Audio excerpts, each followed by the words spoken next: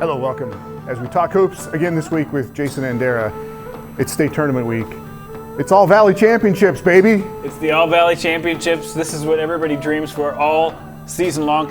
They know there's going to be a karate fight at some point. These teams are prepared for the biggest fight of their year. You're going with the Cobra Kai concept. You've gone to the dark side, unfortunately. What are we doing here? Yeah, for those of you who haven't if you haven't seen Cobra Kai, you're probably going to miss a lot of these references, but it's a show that we've grown to love. And there's so many parallels on who strikes first, who strikes the hardest, and who shows no mercy in the basketball tournaments that we had to bring it out for today. Inner strength, the doji way, is not part of it? That's not playing the best you can?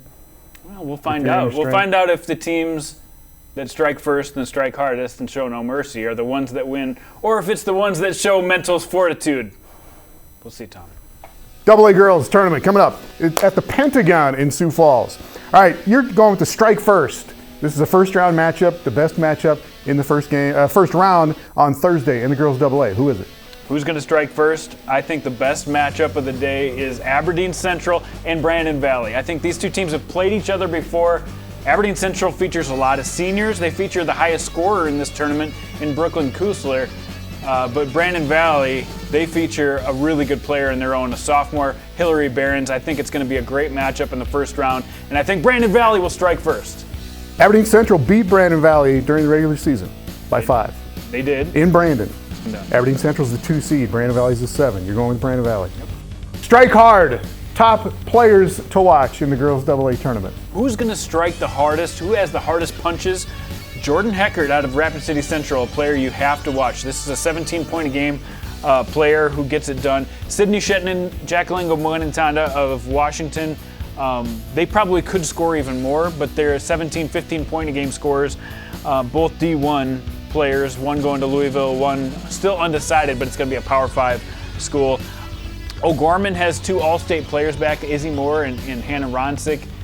Stevens has a trio of powerful players that you have to watch with Kennedy Rising, Jada McNabb, and Bailey Sobchak. This tournament is loaded with players who know how to strike hard. O'Gorman's getting a little overlooked, I think, aren't they? Well, they played 3 tough games down the stretch, and they lost all 3, but they were very close. They went overtime with Washington.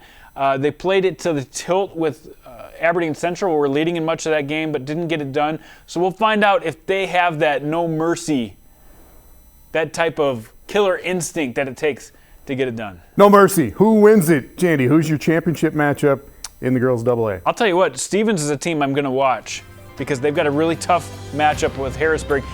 But unfortunately, I like the sensei, Nick Mayer, to get it done for Harrisburg to get them to Saturday night.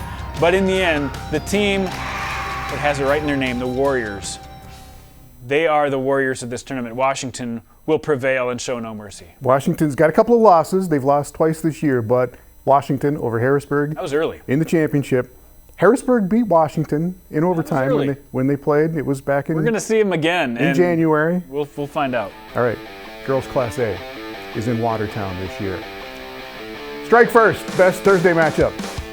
Well, you know, it's easy, but the 4-5 matchup is the best way to go here. And as Johnny Carino, as Johnny from Cobra Kai said, the best defense is more offense.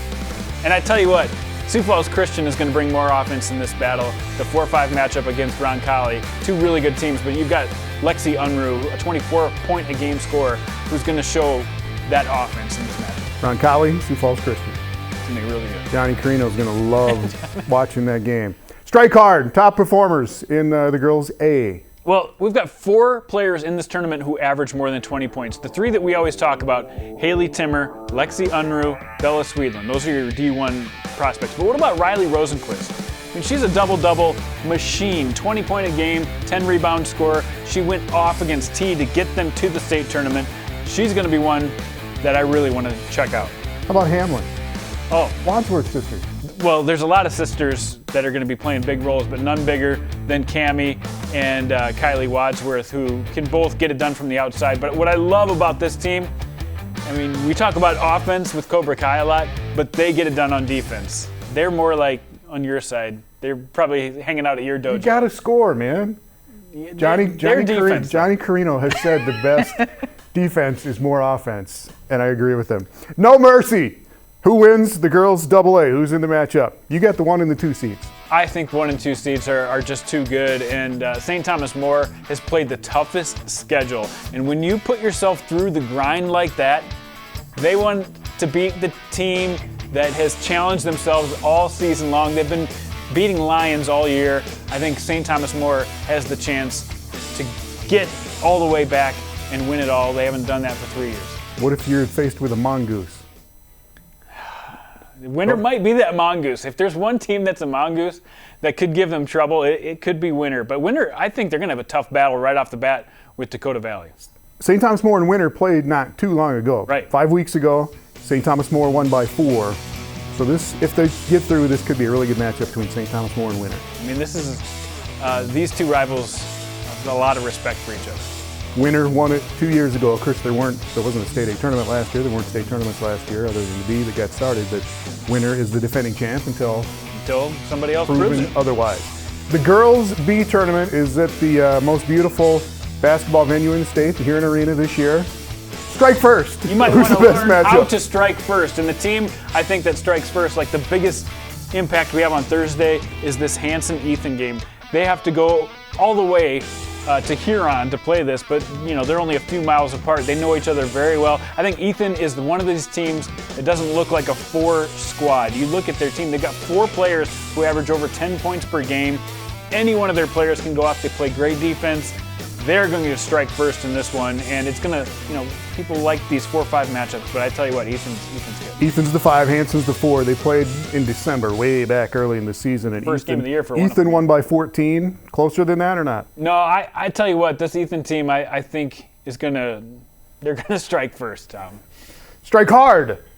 Top performers in the girls' B tournament. There's 2 players for White River who average over 20 points per game. That's crazy. They're the top 2 scorers in this thing. And Kaylin Valandra-Prue, we've talked about her before, coming off the knee injury last year. She's the best player in this tournament when she gets things going. She can go for 40 points. She's done it twice this year. And her teammate, Malaya Estes, is another 20-point scorer. Doesn't get as much credit, but they've got 2 20-point scorers on this team. And so they will strike you very hard on the outside shot and on the fast break. Transition game is what White River's all about. So those 2 players definitely watch for. You've got 2 double-double players in this tournament, and Emily Kranz and Elena Beneke both averaging over 17 points and 10 rebounds per game. That's crazy. And they play against each other in the first round. So that will be one you'll have to see who strikes harder. And how about Raven Bars? Since the injury to Avery Broughton at Corsica Stickney has really taken that senior leadership role. Between her and Rachel Gerlach, they're getting the scoring void that was left by Avery Broughton's injury. No mercy. Who wins the girls' Class B championship? I'll tell you what, I like the draw that Castlewood got. I think Castlewood can make a little bit of a run here to Saturday. They might have trouble with Ethan on Friday night, but in the end, I think White River finds a way to get it done. White River Castlewood. In the All-Valley Championship. In the All-Valley. Castlewood won it a couple of years ago. Yeah. DeSmet is the defending champion in Class B, but again, we get state tournaments this year. The Class B got started last year before it got stopped, and then nobody else played their state tournament. So it's been a couple of years. Fantastic to see it get going. Strike first. Mental toughness is Strike huge hard, here. No mercy. Inner strength and mental toughness in the Miyagi Dojo is what we Whichever teach. team shows that pain does not exist will be the one that prevails. And Johnny Carino will be proven right. See you next week.